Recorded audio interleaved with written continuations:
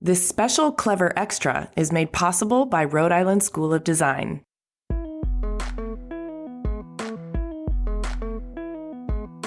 And that's the truth. We're born with this. It's hardwired in us. The idea of creativity is not an exclusive thing.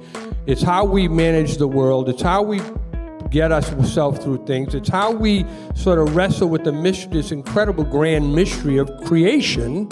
And creativity is just an echoing act to sort of celebrate this damn mystery and try to at least wrestle it into shape. Hi, everyone. I'm Amy Devers, and this is Clever. This is a special episode that was taped live at Rhode Island School of Design as the keynote presentation of Design Week Rhode Island, and features 4 short interviews with notable design thinkers around the central topic of creativity. As a social value, creativity often gets relegated to the domain of pure aesthetics, or icing on the cake, if you will, rather than being recognized as the fundamental impulse and effort behind every single creation. Here, with panelists Rosanne Somerson, Sara Ossana, Umberto Crenca, and Sophie Chien, we are discussing creativity as a core component of personal empowerment. It's a mindset and a life skill that each and every one of us is born with and can strengthen with training.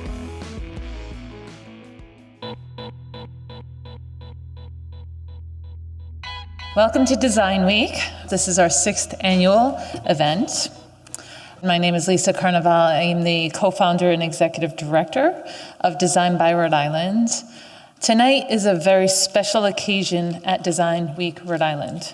We are excited to be joined by Amy Devers, a RISD alum and co-host of Clever, a podcast about design. Amy and her co-host, Jaime Derringer, started Clever as they wanted to create a platform for design and designers to tell their story. For them, they see design as universal.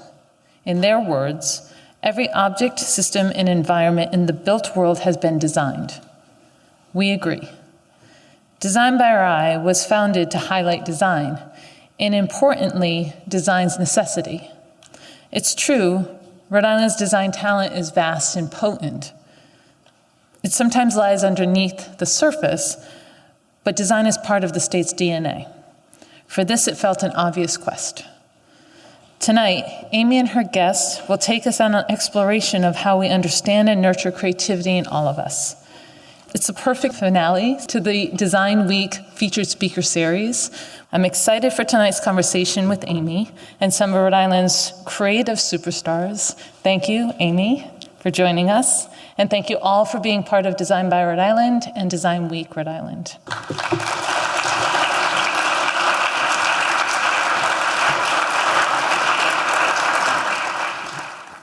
Thank you very much to Design Week Rhode Island and RISD for hosting us tonight. But most of all, huge thanks to all of you for coming out to spend the night with us. We're really excited to see you here.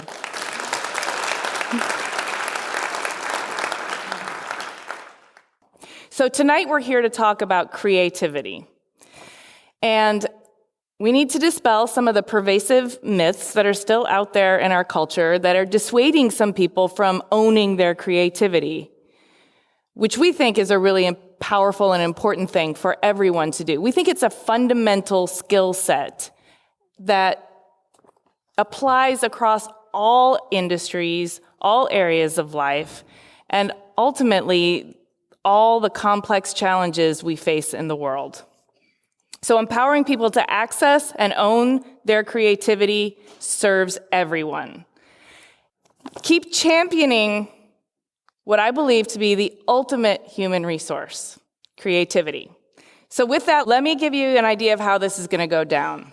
We are recording a podcast. I'm going to do 4 lightning round interviews, one after the other, with each person, and we're going to dispel some myths about creativity and talk about how it has served us in our lives and how we believe it can serve others. And then we're going to open it up for a Q&A from the audience. Ready to get started? Hello, everybody. Thanks for coming. I'm Sara Ossana. I'm a designer of product, furniture, lighting, and so forth. Also interior architecture, set design for theater.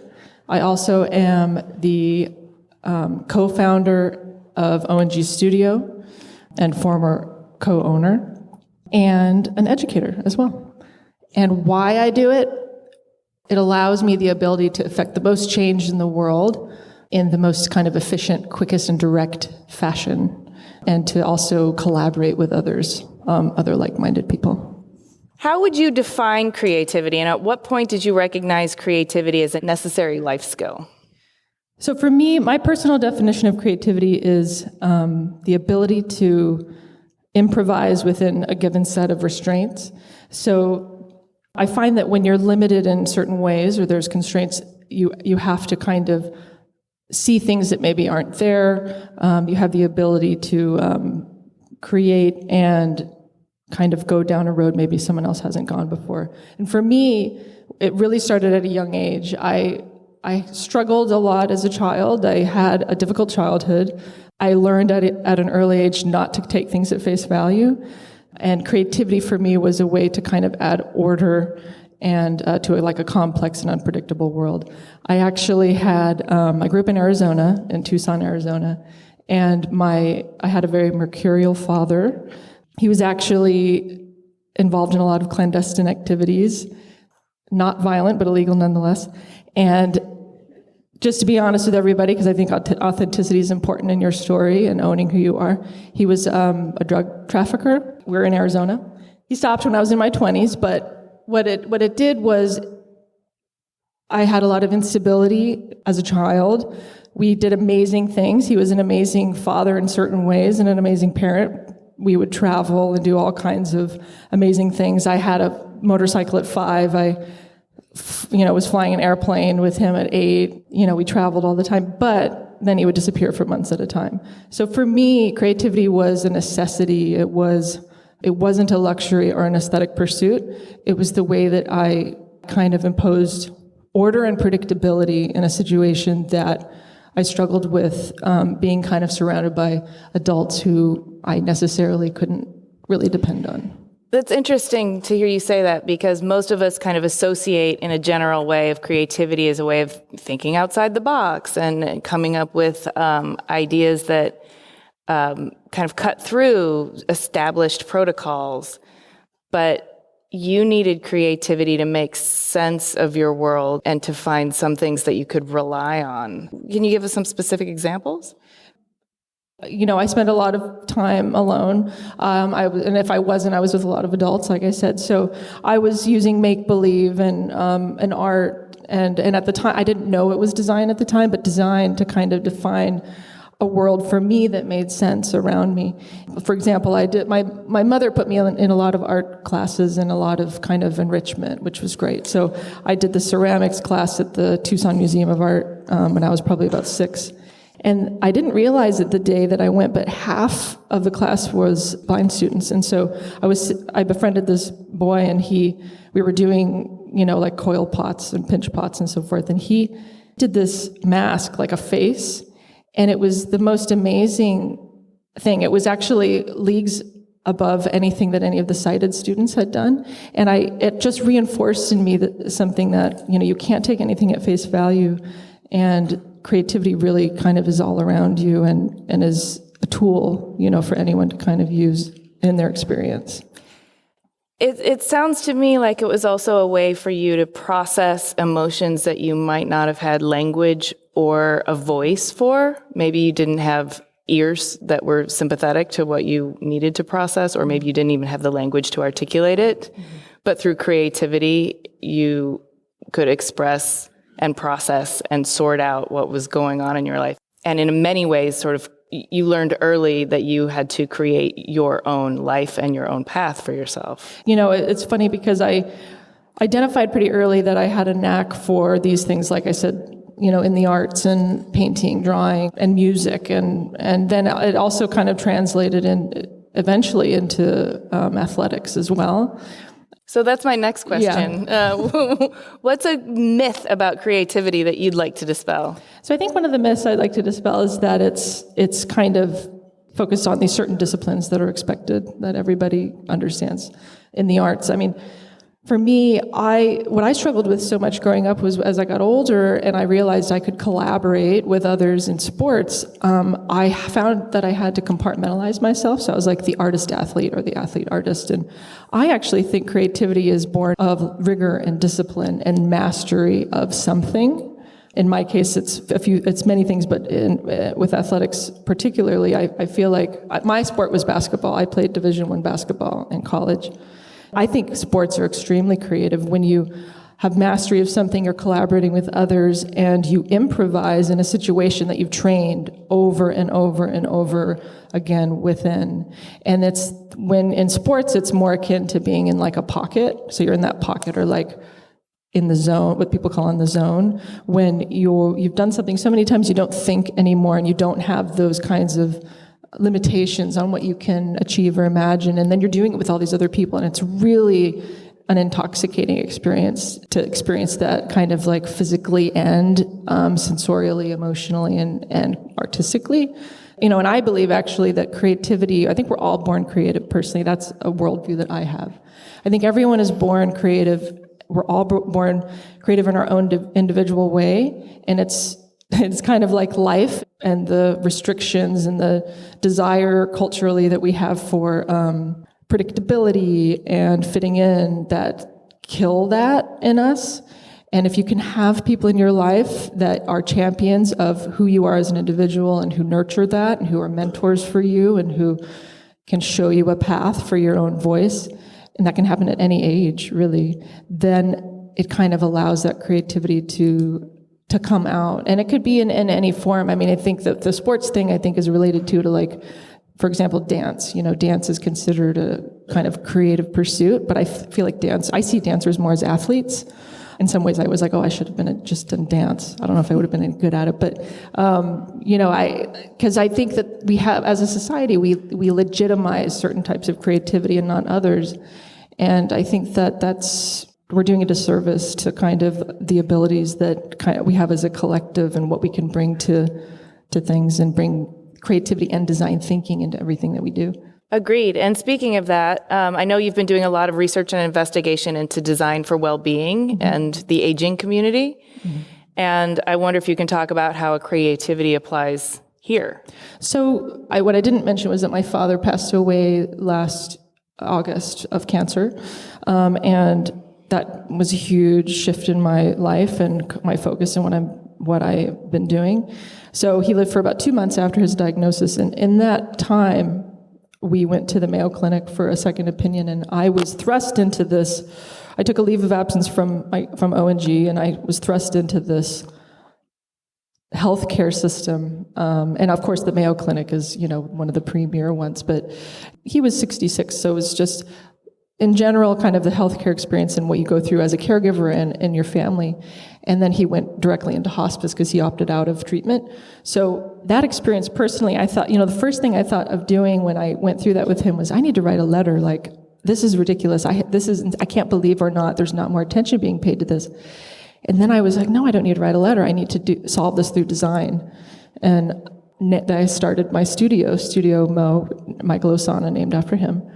Really, it's about drawing attention to cultural blind spots in humanity, and I was like, what's the deal with the aging population? Why aren't we paying more attention to this? We're all going to be there eventually. And then with the baby boomers coming up, and that it was just appalling to me that it wasn't being spoken about more. Maybe it's not sexy enough. Maybe, it's not interesting, or people don't think that it's culturally viable, which it completely is.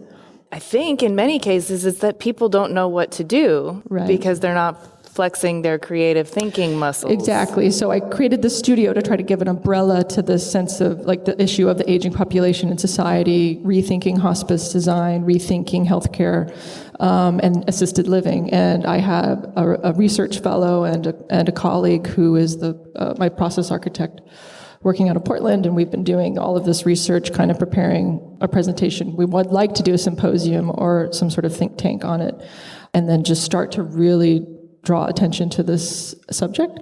And that's just, for me, I feel like where creativity comes into play here is I had this experience, and I couldn't help with my father, like seeing the hospice, even though it was in-home hospice, but seeing that hospice experience and saying, like, how could this be better? Where are the death doulas? Like, why don't I have a way to cope with this with him as a caregiver and the support? Why is the bed that they delivered too small for him? He was 6'3", like, that's ridiculous. It goes on. And so I saw all of these issues as things that could be solved with creativity and design. And that's exactly what I'm trying to do. And now you're using your creative brain to solve those problems. That's right. Go, Sara. In what surprising ways has creativity training served you in your life and career? We just heard about an amazing project that you're working on, but like what surprising ways did it show up that you weren't maybe even expecting?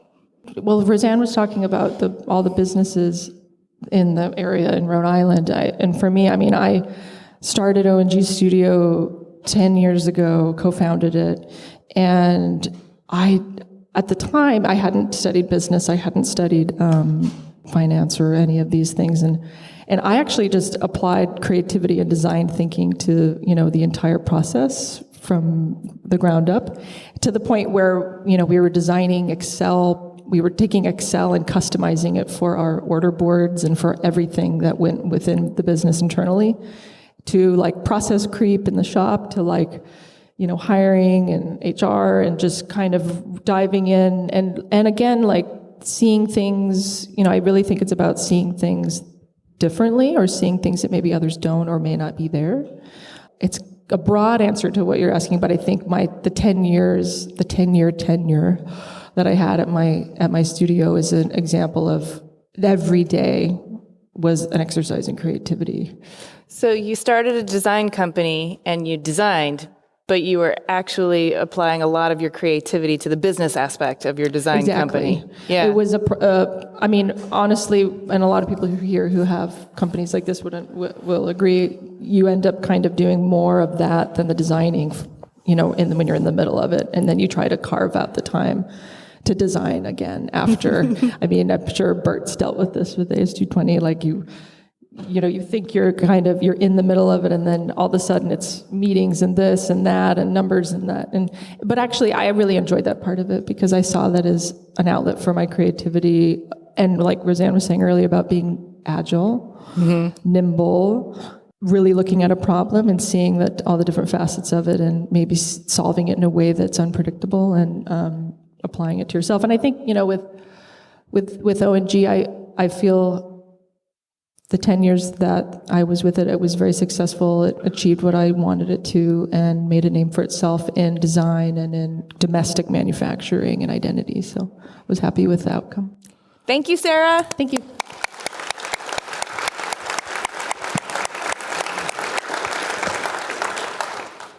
My name is Sophie Chien. I am a 5th year at RISD studying architecture. And I am studying architecture because I am interested in deploying it for social change. Deploying it for social change. So how do you define creativity, and at what point did you recognize creativity as a necessary life skill? I realized that I needed to be creative when I was quite young. I grew up super, super shy. So I spent my whole childhood just looking at people. Through that, I realized now I have the words for it, I didn't then. But the inherent power dynamics whenever I entered a room, how people would treat me, how people would treat my mom, who looks completely different from me. And through that, I began to imagine new spaces where people look like me, or everyone was treated with the same amount of respect wherever they'd go. And so looking back, I think that I was kind of theorizing creatively about my own environment because I didn't feel like I had a space where I belonged. And so I think that's kind of how I came into my own kind of creativity, and through that, my own agency. What's a common myth about creativity that you'd like to dispel, or that you've witnessed in your life? I'm really interested in the idea that creativity can propel justice. I think that to have a more equitable society, we have to imagine things that don't exist right now, because there are so much crap in the world right now. And the only way we get out of it is if we stop accepting it, but also if we imagine different ways to do things. And that's really where I see the power of creativity. Right. We can complain about things, but it's far more effective to complain about things and have a solution to the problem kind of ready to go, or at least an idea that could work. So how has your creativity informed your identity, and vice versa? How's your identity informed your creative work? Yeah, I mean, like I said earlier, I think from an early age, I realized that creativity was kind of my escape card, or my way out of situations that I was frustrated in. And so even coming to RISD, I kind of knew, this might be a stretch to say, but I never felt like I was that artistic, but I felt like I was inherently creative. And I think that's where interesting conversations about artists versus designers come in, which we can have. When I was coming into my own creativity, I found my own agency. And so as I've been going through that process, I've been realizing that flexing creativity is coming in new forms. Whenever I'm in a leadership position, there's probably not many people that look like me that have been in that position before. And so I'm even being creative when I'm leading people because it hasn't existed before. And I also really believe creativity is about forming relationships between people in space, between space and their environments, being able to even further those relationships and help other people see those relationships is super fundamental to how creativity works. In what surprising ways has your creativity training served you in your life and career? I think not super recently, about 3 years ago, I got a fellowship. It's called the Maharam Fellowship. And its entire intention is to place artists and designers in fields they wouldn't typically be in. So, of course, I jumped at that chance to be creative outside of creative fields. But I was working in City Hall for the City of Providence, and I was in the mayor's office for city services. So I was in the 311 office. So if someone had a tree that fell down, or their sidewalk was busted, or they forgot to pick up their trash, they would call us. And so I was interested in that office because it's the one place in municipal government where people offer their feedback, you know. Most of the time in government, they're just doing things, and even if it's planning, they might have one meeting where, you know, they invite the neighbors, but if you have a kid, you can't come, or if you work late, you can't come. And so it's really hard for people to actually interface with municipal government. So I was like, we have this wealth of information that people are offering. We're not pestering them. They're literally giving it to us. And so I was interested in how you translate the information that was given to the larger questions. You know, is there a correlation between the number of downed trees and a high school graduation rate? How can those smaller things inform larger planning projects? But while I was there, I think I was so surprised that because I was in government and because I was in a place where I don't think anyone in that office I worked in considered themselves an artist or designer. They didn't have the capacity to answer the questions that I was asking them because they couldn't see it, they couldn't visualize, they'd never been trained to think about things not more efficiently, but just differently. So I actually spent the second half of that summer running design thinking workshops for them. So just so we could be on the same page. So I roped in friends that I had made throughout the summer, the Office of Innovation, the Healthy Homes Office, and really just went through a basic design thinking exercise to show them wherever they are in their jobs, there's always a way to think around something or to, again, connect things or form relationships that don't exist. How did that go over? They went over pretty well. They were all really receptive for it. And I think it's integral to understanding, you know, that creativity helps you imagine worlds that don't exist yet. And it helps you reframe things in ways that, you know, you didn't even consider before. Did you see some light bulbs go off in their heads? I mean, did you feel their enthusiasm for seeing what doesn't exist and maybe unlocking some doors for like how they might create new systems? I definitely did. Unfortunately, it was just a summer, and as most projects do, they have to end. And so that's something I'm definitely thinking about even for my thesis this year, and hope to really kind of poke out more moving forward. All right. Thank you, Sophie.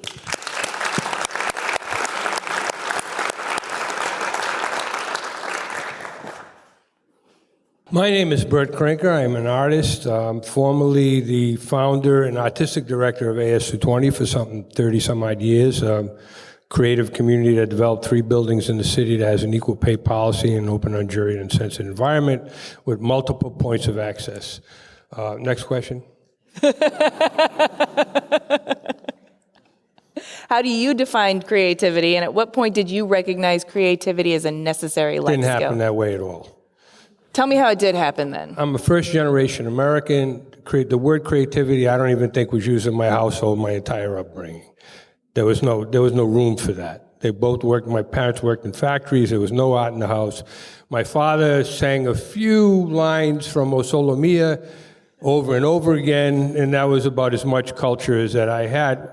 Well, that's not true. My father was a merchant marine and told me a lot of stories about a lot of different people all over the world. And that was sort of my cultural integration, if you will, or assimilation to various cultures. Didn't happen like that. 6th grade nun, my mother was put in an asylum when I was in the 6th grade. She had a great life. She was a fabulous woman. But I saw her carried out of the house in a straitjacket. I was very angry, and I was very capable of disrupting a class of 40 or 50 kids. And the nuns had this feeling that they were the authority in the room, which I wasn't convinced of. And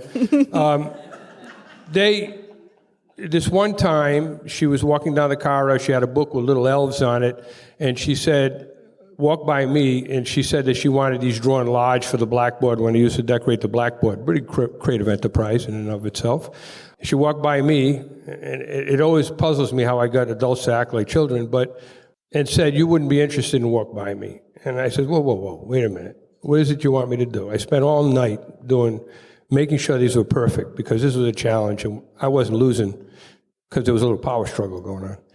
Came in, and then the bell went off for her. So anytime there was something, National Book Week, oh, Umberto, make me a poster, or this or that. And that's where things got seeded. And still, I don't know if the word creativity was introduced into that interaction.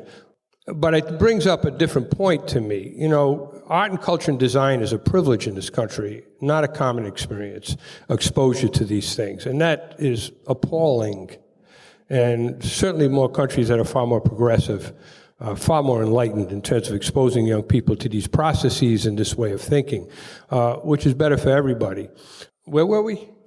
Well, you designed a poster, it turned on a light in your head, and then you got political. Oh, so the point of what I was trying to say, thank you for your help, Amy. Yeah. Amy said, don't worry about preparing too much, so it's all on her. Yeah, we like it. I mean, and I forget where I am all the time. Go where you go, I'll bring it back. But it seems relatively pleasant.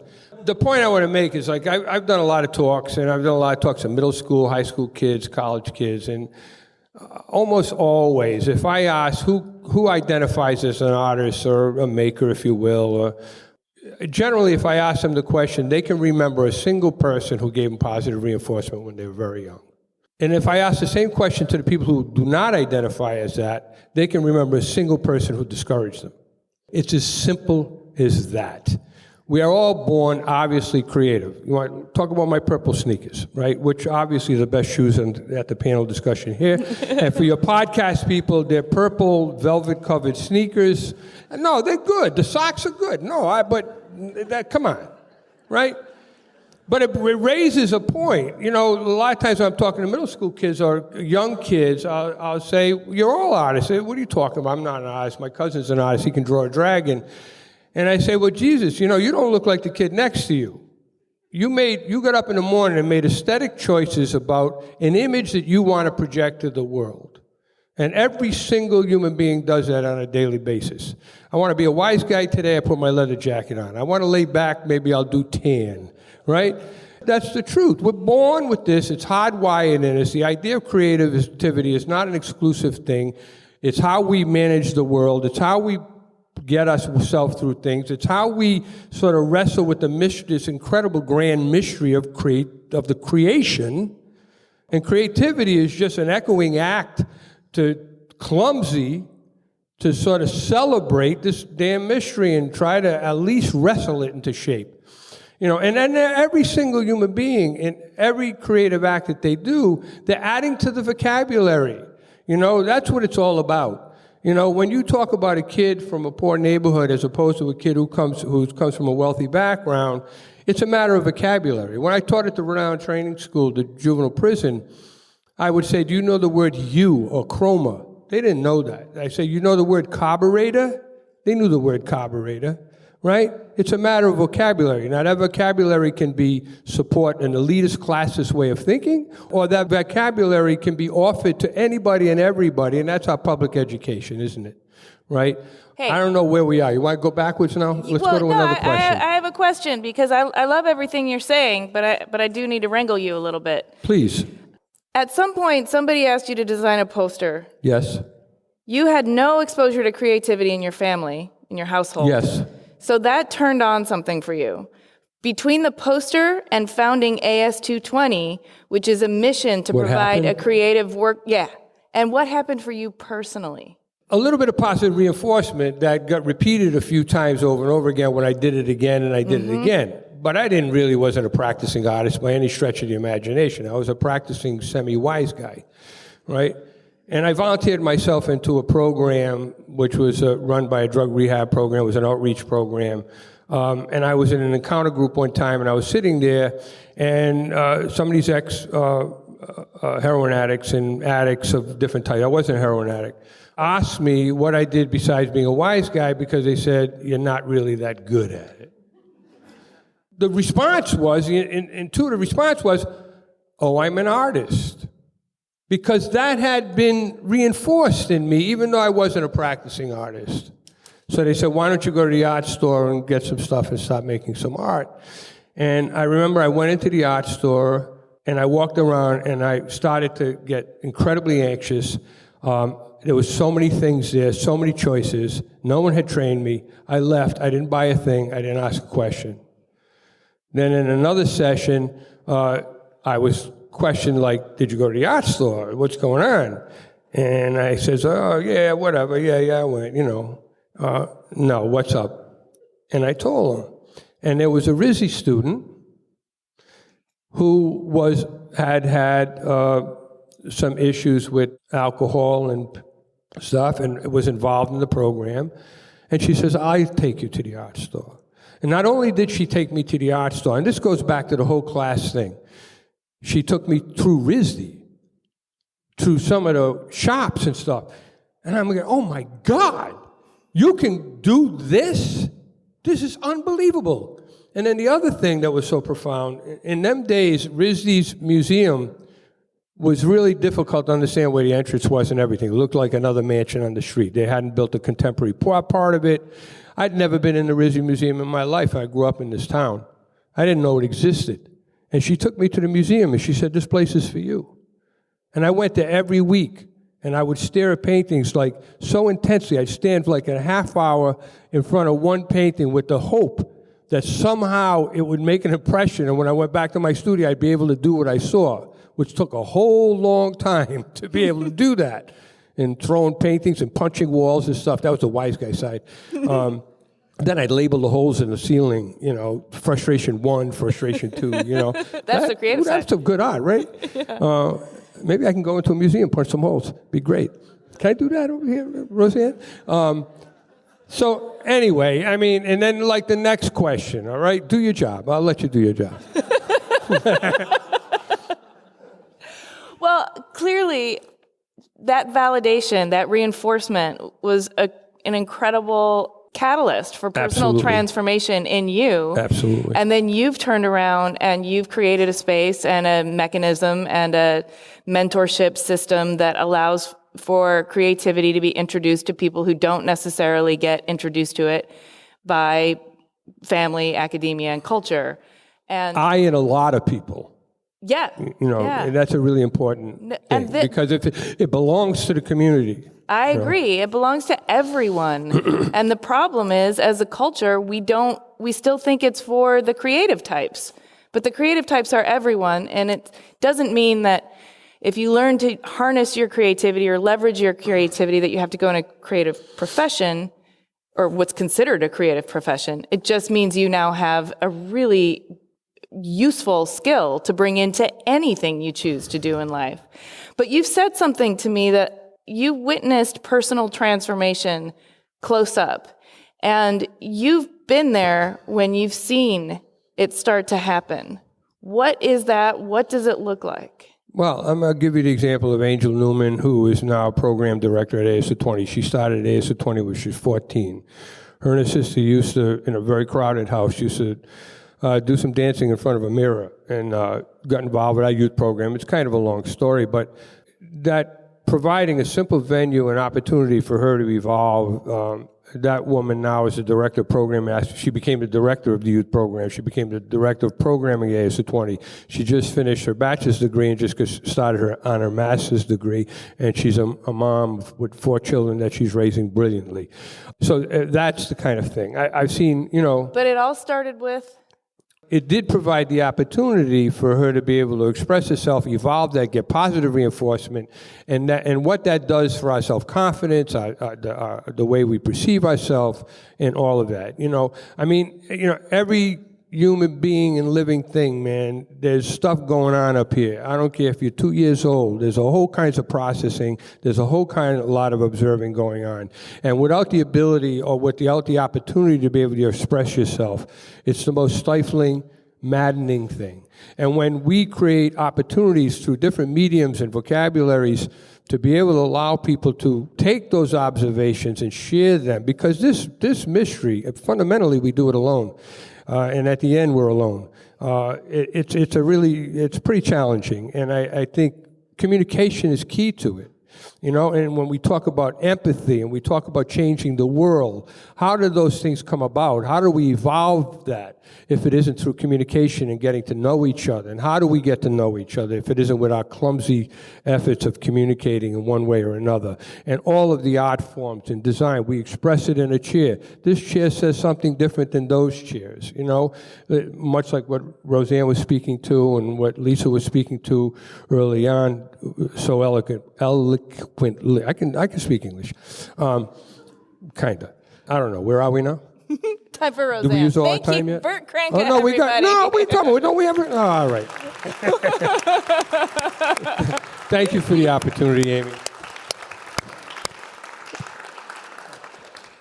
I'm Rosanne Somerson, president of RISD, which is comprised of a college and a museum. And I'm also a furniture designer, writer, and a few other things.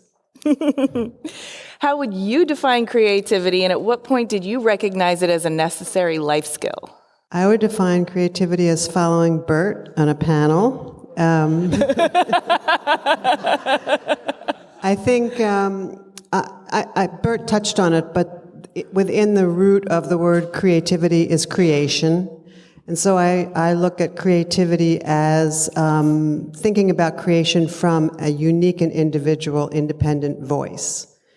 I would also say that creativity is a byproduct of curiosity, and that a lot of individuals aren't nurtured in their ability to live through their curiosity. And if they are, given the opportunity or just driven, as other panelists have said, to do that on their own, they don't recognize their own creativity. Not recognizing your own creativity is the real problem we're trying to solve here, isn't it? I think that as children or as individuals in different stages of our lives, we are often forced into a kind of judgment structure that's really destructive. And for me as a teacher for decades, a lot of the way that I approached education was not that I had information that I was trying to transfer to someone else, but that I was creating conditions for other people to find their own voices, their own ideas, and pushing their judgment to the side and saying, maybe think about something this way. How does that resonate? And, sometimes they would say that has no interest to me, and they'd push back and find another way to come at it, but it's the idea that our culture really does not breed our ability to live through our curiosity in its own time frame, in its own location, in its own bumpiness. And our educational system is actually, in most cases, very opposite to that. There are exceptions, but if we can learn to nurture and then provide tools for individuals to explore their own curiosity, our society would advance in a much more important way. I agree with that. And you said something that I think is kind of at the root of this, which is the judgment structure that people are forced into is the reason why other people don't feel like nurturing the creativity and providing the tools is something that's necessary. They've judged it or deemed it unnecessary. So how do we dismantle that judgment structure and change people's perceptions about the value of creativity across all areas of functioning? Yeah, I think that it is a restructure of our educational system. I think, too, that mentoring and providing examples, I mean, it's interesting that everyone's stories about their own creative lives here tonight have been about finding a way through adversity, finding a way to create a sort of, not so much survival, because I wouldn't say it's to that degree, but to find a way to find yourself within an adverse situation. And I think that's true for a lot of individuals who become creative practitioners. There are also examples of people that have these wonderful nurtured lives that develop creativity differently, but there's a kind of hunger that I've seen over time with individuals who, because the standard mainstream path just didn't work for them, they've learned skills, life skills and personal skills that take them to the edges, and often in the edges are the most interesting places of unseen works of creation. So I think that there is a myth about the suffering and starving artist, although there are examples where that is the case. But I don't think it has to be about suffering. I just think it has to be about finding the space or having the self-drive, the personal drive, to believe that your curiosity has enough value that the things that you want to discover and learn about and try are worth doing. It's very simple, really, but the fact is that our cultures and our societies don't always nurture that opportunity. And it's far more difficult for those who don't have the role models to see that there are possibilities that as young children they may not have within their own kind of realm. One of the things that I champion all the time, because I hear this story over and over again on Clever, that these people who became, creative professionals, which is who we're talking to on the podcast, they didn't know what it was called or how to study it until they stumbled into it somehow, or until an eccentric uncle or creative aunt showed them the way. And one of the things I think about is, how do we grow up knowing about the fireman and the postman and the nurse and the doctor and the lawyer, but nobody really knows what an architect is or a product designer? Why don't we talk about where our plates and cups come from and who designs buildings, and why isn't this part of the vernacular that we're talking about with our children? And how do we impregnate society or infect society with the excitement of what creative thinking can unlock for their offspring? Creativity can get you out of the worst jams, man. Well, I think it is about cultural values. And, when I started as a student at RISD 120 years ago, I was shocked because I went into the admissions office and there were, chairs sitting there and objects, and I thought, what were these doing here? Were these things that the students were expected to draw, or, why were they there? I had so little knowledge of the fact that everything was designed and made in some fashion. And I did not come from a very strong art school. Didn't have good art in my public school system. So I don't know how I got into RISD, but the notion that exposure to these things is so important, and I'm really proud that in our museum here at RISD, we have created a program where we not only invite school children in, but we actually go pick them up and bring them back to their school because the schools didn't have the money for transportation. So we solve that creatively.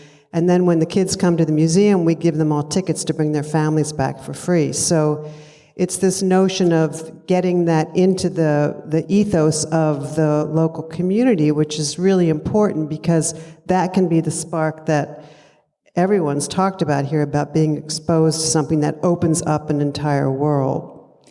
Well, speaking of opening up an entire world and opening up creativity to the entire world, what opportunities for expanding the pipeline or tinkering with the system do you see to make a more inclusive global creative ecosystem?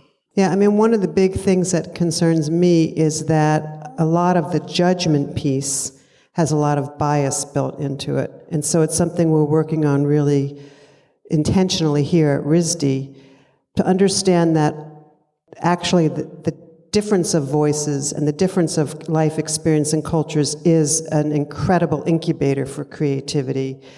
But if the expectation of what is good work or of what is valued is predisposed to certain kinds of bias, it's a huge limitation. Do you have any examples you can share? I can give an example of students that come from certain aesthetic backgrounds that aren't necessarily the backgrounds of what's the imagined result of a faculty's assignment, and a student being critiqued differently because their work falls into a different cultural aesthetic. Mm-hmm. And the idea that... So the faculty member may have a sort of European ideal when it comes to something. Yeah, something like that, or yeah. And so we're actually working very carefully here at RISD right now to expand our pedagogy and our curriculum. So we're actually having the opportunity to have teachers take classes to expand their teaching practices here, because we believe in it. It's a value of the institution. But also, there are experiences where critics or faculty or peers just cannot understand the life experience of someone. And it's, I was listening to an interview about somebody saying that no matter how much I try, I cannot be black. I'm white. So I have to really listen hard when one of my black colleagues or friends tells me about their experience. I have to value that in a way that is not about that understanding that I can never feel that feeling, that I can listen, I can participate, but it's not my life, it's not my experience. And just the fact of acknowledging that you don't know something, that you don't know someone's life experience is really important in the creative process. And that can transfer, race is one example, but it can transfer on many levels where that sense of bias or that sense of standard or what is a good aesthetic is just baked into people's preconceptions. And so in an art and design school environment, we can take that on. But in other kinds of environments, it's a lot harder because the outcome of creativity is not the valued outcome. It's another kind of expectation. That's why I think that creative environments should lead this discussion in other applications and circumstances, because we are like we're making the stew here where we can actually prototype different approaches to new solutions to things, to new ideas, to new opportunities, new structures and systems, and then put those out in the world. And that's why this form of education, that's why everyone's creative practice is so vital to advancing societies. This is sort of the cultural R&D lab here. Yeah, absolutely. Yeah. It's not only art and design schools that do that. There are other forms of education in general does that, but I think education that is, in whatever fashion, is opening up the value of individual voices in moving new ideas into existence, which is very much what art school does. I think places that do that are more important than ever, particularly when you look at what's happening in the world around us right now which is doing everything possible to convince us that there's another definition of truth, or another definition of humanity. So it's up to the creative voices that have a passion about expressing what their values are, what they're curious about, that can help to broaden the conversation of where we go. Thank you. Well, speaking of broadening the conversation,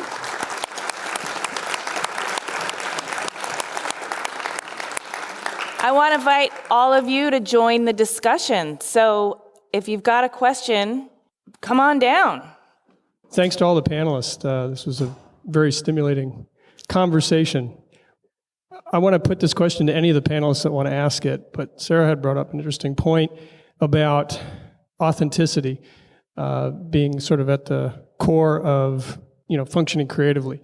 So to any of you, when have you been most authentic functioning in your own creative pursuits? I think that's a search. The compelling thing about making art for me is that the last one didn't quite get it, so I got to make another one. And when in doing that, what am I looking for? I'm looking for my authentic self. I'm trying to find that thing that is closer to what it is I'm trying to say and feeling that is so difficult to articulate with our limited vocabularies. So, people say you're prolific. Yeah, I'm prolific because I can't get it. I got to make another one. I keep trying, and I learned something from the last one. So I think that's an endless search of what it is, what our authentic self is, and how we're going to express that. I think at RISD, there's an interesting struggle when you're here to be authentic, but to also be really good. And you realize that when you're here, those things can be different. And I don't think any of them are here, but you can ask every single architecture professor I've ever had, because I will, make my way through the semester, and about 3 weeks in, I will just not want to do what they're asking of me, ever. Not a single person. That's what I realize now, in my, olden age of 22 years. That's kind of how I found my own authenticity, just really doing what I'm not supposed to be doing when I'm not interested in it. And it's really served me well. I've cut the crap a lot of times and just done things that I wanted to do. And then people start noticing and start conversations, and then not to validate you, but just to start other interesting things is a way to realize that it is authentic and it's a real thing. But you have to trust yourself enough that what you're doing is worthwhile, even if it's not what you're supposed to be doing. I think that, as Burt said, it shifts and changes through time. So your authentic self is someone different today than it was, 5 years ago or yesterday in some ways. And so for me at this moment now, and I say this to anybody, it's like I'm trying to become more comfortable with being uncomfortable, because I feel like in that discomfort I'm growing and I'm changing, and maybe for a little while I was a little too comfortable, so that's like a daily journey for me, and it's actually really liberating, freeing, and also just, and I think for students who are whether you're a grad student or undergrad or whatever, wherever you're at, like, you don't have to be right, you don't have to be perfect, you can be imperfect, and that's fine. And you can, at any age, that's fine, because you're searching and still kind of finding things. The last thing I ever want to do is know everything. Rosanne mentioned that I've hosted a lot of TV shows. That's always a weird exercise in blurry authenticity. I mean, TV shows themselves are kind of a construct, and there are smoke and mirrors, and we're presenting a story for entertainment value that's not necessarily authentic through and through. And at the same time, maybe the intent or the mission is. But then there's this other piece of it where I'm hired to be somebody for the audience that might not line up exactly with who I am.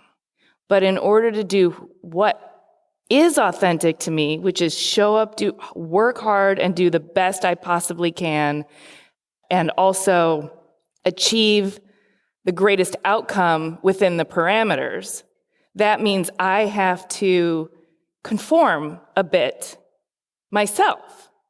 It's a very weird feeling.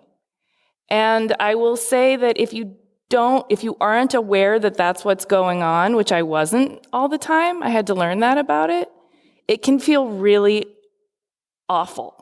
But when you make those decisions intentionally and you know which part is coming from the authentic part of you and which part is coming from the desire to create the greatest possible outcome within the parameters, then it's much more tolerable. But then you're also really aware of the choices you can make that can drive you towards something that's more authentic.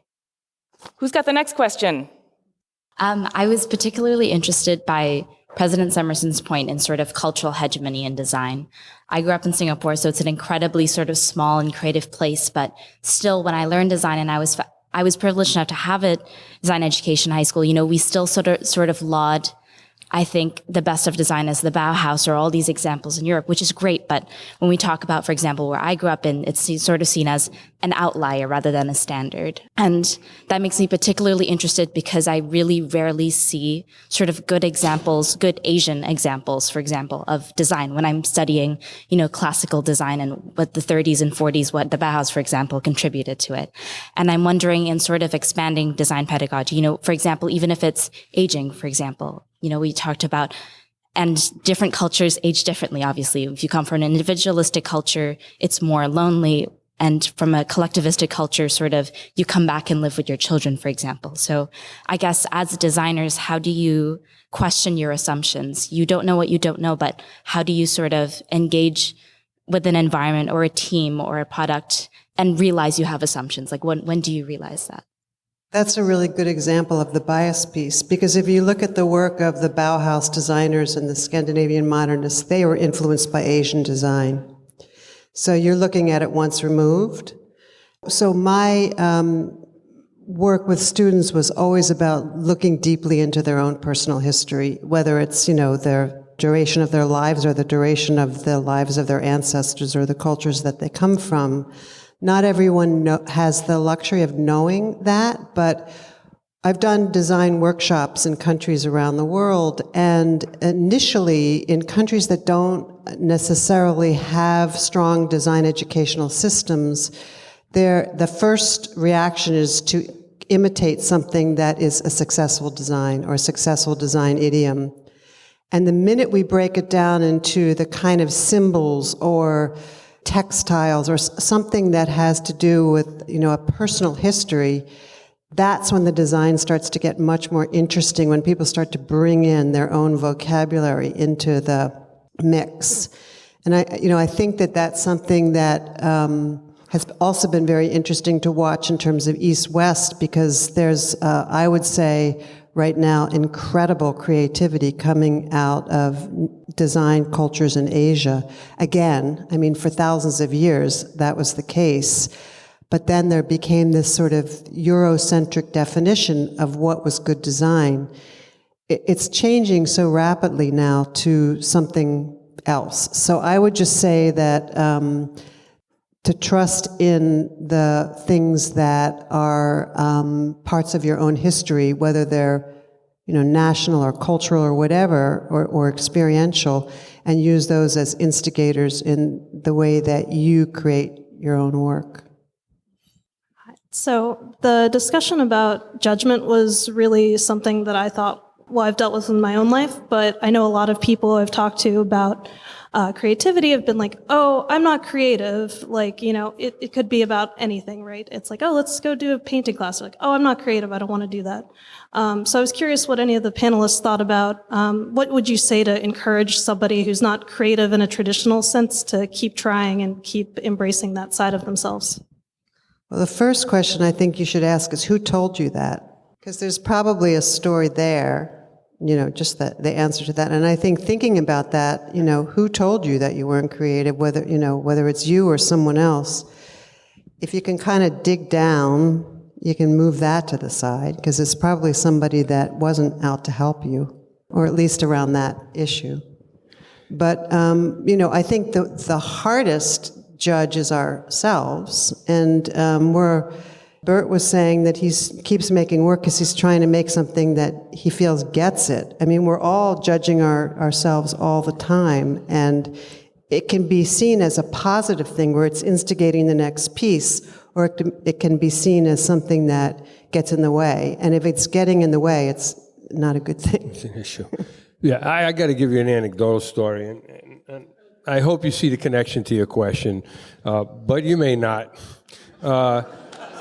So I'm teaching in the juvenile prison, and this young man, I'm teaching, they had way too many, illegal amount of kids in my class.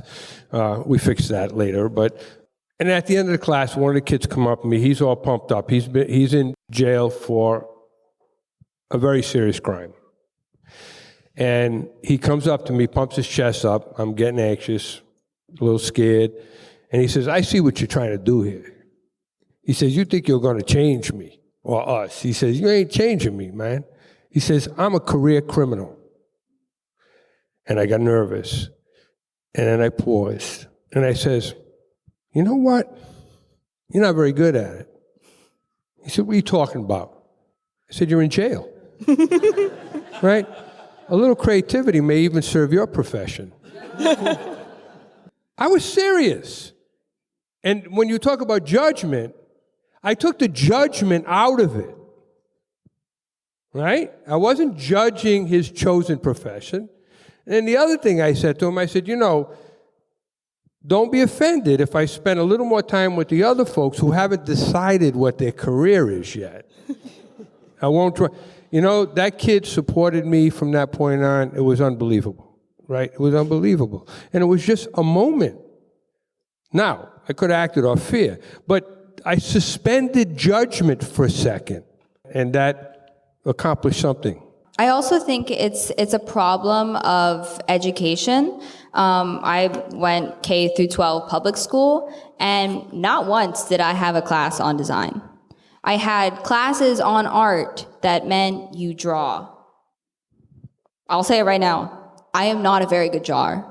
I think that I'm a designer and I have a lot of other skills that I've learned at RISD and before, but I'm not a good drawer. And so for me to accept that art equals drawing, I would never have gotten here. I was lucky enough to be raised by two parents who study design to kind of know what it was. If not easily, I would have gone into poli-sci and went to a liberal arts school. And so I really think it's super important as we're defining creativity to also say that design is not being taught. Why don't we have design classes as much as we have art classes or dance classes? I have not seen very many public high schools in this country that offer design as maybe a more tangible, a more relatable thing, an entryway into art for different types of people. And so I think there's a loss of engagement there that makes people afraid to engage with art just because they don't know what design is.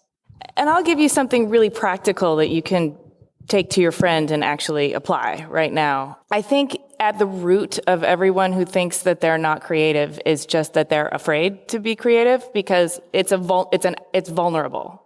It's vulnerable to try something new and not be good at it, but creativity frequently asks you to dig something out of yourself and do something with it. And that makes that exposes you in a way that makes people intimidated by the whole thing. So let's say you want to do something creative and your friend says, oh, I'm not creative, I don't want to join you. And you say, oh, well, it's not for you, you'd be helping me. That's one way to take the pressure off of them. Another way is to say, well, everyone's creative, you just got to find the thing that, floats your boat. Or if they even give you a little bit of room and say, well, I think I'd like to try something creative, but I'm nervous about it. You say, well, I'll go with you, we'll do this together. Something like that, goes an enormous way. And then if you can be the friend that values her creative expression, or, that could be the poster that sets the world on fire. Yeah, I think too that there's a lot of emphasis on the outcome, the product, rather than the process of the process. Yeah. Spending time together. It doesn't matter if you're good at it or not. Let's just go do it. It'll be fun.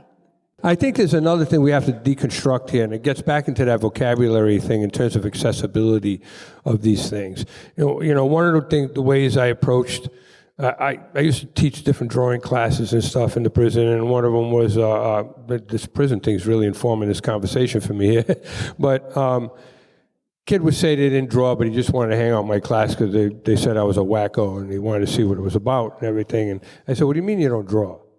He said, I don't draw. I said, really? What's drawing?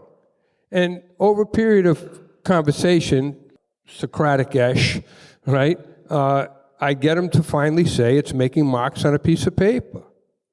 And I'd say, can you make marks on a piece of paper? He said, yeah, of course I can. What are you saying? I said, then you can draw, so let's stop this conversation and get to work. I said, my job now is to help you develop the skills to make those marks say what you want them to say. Right? It's the same thing with music. You say, oh, I don't do music. What's this? It's a noise. What's this? Oh, that's a rhythm. You know music. Now we got to put some work in so you have some control over this so that you can say what you want to say, right? So when we talk about judgment, we talk about access, we talk about a lot of it's in the sort of classist fucking elitist way that we've set this up. You know, we can break these things down that anybody and everybody can have access and understand how this all works. Now, you got to put the work in, no matter what, right? So I'm going to rewind a little bit, I think. At the beginning, you talked about how people and I guess brands and design crave like authenticity and genuine human connection. And then a little while ago, you were talking about how you felt you had to kind of tone it down when you were interacting with other people and kind of perform this tone back the authenticity a bit. Are you talking to me? Yes. Okay, yes. So I was just wondering your thoughts on performative authenticity, like in the design world. So like you see like a lot of recent ads are like kind of trying to reach out to like younger generations like Gen Z and millennials and be like, oh, like we understand that struggle. Buy our app or whatever. And just, so how, I guess I want to know your thoughts on that topic and kind of how you balance wanting to be truly authentic with the knowledge that it's trendy. So you kind of brought up two things. There's performative authenticity, and then there's marketing to try and sell more products to somebody based on trends, which isn't really necessarily authenticity. There's an idea called purpose washing, where a lot of big brands are hiring marketing firms to help trumpet their purpose because they know that millennials and younger generations are really interested in like voting with their dollars and buying into a company that has a soul and a purpose. So they've caught on and they're making marketing about their purpose. But is it authentic? Not if it doesn't line up with your actions. No. Performative authenticity, I'd say there's a area of needing your messaging to do some work so that your authentic creation can get through to the people that it needs to get through to. So whatever you are able to do in terms of greasing those skids and providing that so that the messaging can sort of carve a path for the creation to get through, if it's all aligned, then you're authentic, even if you're maybe turning it on a little bit or you have to pull from a side of yourself that's more extroverted than you normally would be. But if you're being somebody else or serving a purpose that's not aligned with your authentic purpose, then it's not. Can I give you another one? Here, a little story. So this actually happened, and it happened once, and then it was effective, so it happened more than that, right? You're talking about, and I don't even know if I'm using the idea correctly of performative authenticity, but this is my version. So I'm on the 20-something floor of some building, and I'm negotiating with a bank vice president, and I'm trying to get some resources here for the greater good, okay? I'm motivated. I'm in a suit, no tie, never a tie. I don't hang a noose around my neck in front of a mirror. Not happening, right? Somebody else is going to have to do that. But I'm in a suit. And I begin to lose their attention. So what do? I take off my jacket, and my authentic self appears. I regain their attention that titillated, right? And the conversation sort of takes on a whole new vibe. Because now they're like getting down and dirty a little bit. And like, wow, cool, right? And it was effective.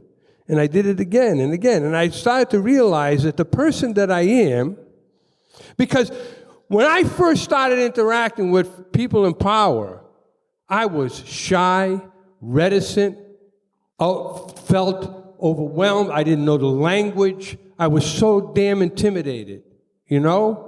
Then I began to understand the power of my own authentic self and how it could be. Now, there's a slickness to it. You got to learn how to do it. I'm not with the intention of offending, but you start to realize that there's power in who you are. And how do you use that? How do you work it? And that, you know, in that same rehab program I was talking about, we used to call it constructive manipulation, right? So I don't know if that relates at all, but I think being yourself has power. How you work that, well, that's the art of it, you know? Absolutely. This being held at RISD, where we have students and teachers, cultivating creativity, but also being in America, where it's a race to the top. How would you say those who have both, been students and taught here, how do you manage supporting those beside you that you're also competing with? Because that's something that happens in the classroom with the students, but also then in business. And if we're trying to grow this community of creativity and make it as inclusive as possible, there's a lot of moments in design where it's a very solo experience, where you're just trying to get your brand and your message across and not necessarily supporting those next to you. I think that we all have to look to each other, and I look at it as like studio culture. So when we're in a studio environment, I think a successful studio environment, you're sharing ideas, it's cross kind of pollination of ideas, and it's not about someone stealing your idea or ownership or fear of being knocked off or whatever. And that extends into business as well. So like with my company, we had relationships with other makers and designers in the area. We really had outreach with not only in Rhode Island, but around the country, and shared kind of resources and everything about what we did. And in my opinion, I actually think that a critique of American business and design culture is that it's not as supportive, I think, as it could be. I think that there is this sense of the only way you can be on the top is to be maybe more successful than someone else, when in fact I think, as we've spoken about in the group tonight, the more successful we are as a group, the kind of tides, ships go, rising ships with all tides kind of thing. And I think I would kind of challenge everyone in the room and listening, to say the success of my neighbor, the success of the firm next to me, the success of my greatest competitor is better for me as well. And that we should support one another. And I saw it a lot. I felt, I went to Milan this year to Salone, and I was like, we got to do it like that. Like we got to be at a table having an amazing cocktail and great food, and everyone is amazing and doing excellent work, and we all want to be the best, and we all celebrate one another. And I think we do that in pockets here in America, but I think we could be doing a much better job, and I think that's a good challenge for the group to think about. The race to the top is sort of the wrong race to be in. It's like if there's one tree in a forest that reaches a higher point in the sky, but the rest of the forest is barren, that's not an ecosystem I want to be a part of. But if there's, roots talk to each other under the ground, under the forest floor. And if you share resources and talk to each other and help the whole forest grow up healthy, then you support an ecosystem that not only supports the trees, but that people come to, that animals come to, that all this other life flocks to and is supported by. And so racing to the top and wanting to be better than somebody else is not really a great measure. So yes, I feel it in the culture, and I say opt out of that part of the culture, and instead try and work for a more fertile, flourishing, biodiverse kind of ecosystem that is supportive of all kinds of life. But I also think that really specifically gets to the need for representation, and not just like a lip service representation of like, wow, RISD's so international and we represent the world here. It's being really intentional about who you're surrounding yourself with and making sure they're actually from different places and speak different languages and are different ages and have different interests. Because if you're bringing enough people from different places, you're not competing, and you're just learning in extremely different ways because people have such different values. But you have to be really intentional about that. You can't just let it fall in your lap. You have to seek those out. You have to nurture those relationships, and you have to be okay with being challenged when that diversity actually comes to a head and creates conversation. And I think also the notion of race to the top implies that everyone's doing the same thing, and you're trying to find out who's doing it the best. And in fact, I think creative practice now is so multifaceted that really one of the important things about being a creative practitioner is to learn the language, to collaborate, and to share different aspects of the creative process with other practitioners, which in and of itself is not a hierarchical thing. It's defining a kind of collaborative community, and I think the design businesses that I see that are actually succeeding, whether or not, I don't know whether they're at the top or the bottom or in the middle, but that are actually succeeding, are learning the language of collaboration at a very authentic level. I think it was mentioned, the idea of values. It's about core values. Capitalism, we know what it is. It's not going to go away in a hurry. I can guarantee you that. But the reality of it is it has a set of values that drive it, which is about acquisition, about growth, about greed and power and all of these kinds of things. That's what we're fighting. It's global. Ever since China joined the religion, it's global. Okay? And that's what we're up against. And those of us that have these certain ideals and stuff like that, and you think it's going to be easy when your core values are completely against what it is. We got to get back to the commons. We really have to begin to understand, as has been mentioned in so many good ways, the interconnectedness of us all, and that core belief that if we raise the boat for somebody else, it's good for everybody, and all of this kind of stuff. I mean, the species is at risk, in my opinion. I've always thought we were a little overrated as a species in the first place, but, you know, there's some hope, you know. Anyway, you guys are great. Well, I think that wraps it up for us. I want to thank Design Week Rhode Island for hosting, Rhode Island School of Design for hosting at this venue, and I want to thank our panelists, Sara Ossana, Sophie Chien, Burt Crenca, President Somerson, and I want to thank you all. That's all we have for tonight, so thank you so much.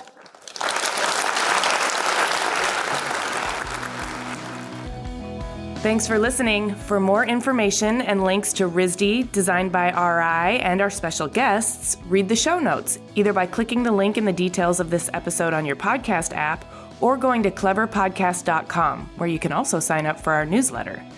Please subscribe, rate, and review Clever on Apple Podcasts or wherever you get your podcasts. We also love chatting with you on Twitter, Instagram, and Facebook. You can find us at Clever Podcast. You can find me at Amy Devers. Clever is produced by 2VDE Media, with editing by Rich Stroffolino and music by L1011. Clever is proudly distributed by Design Milk.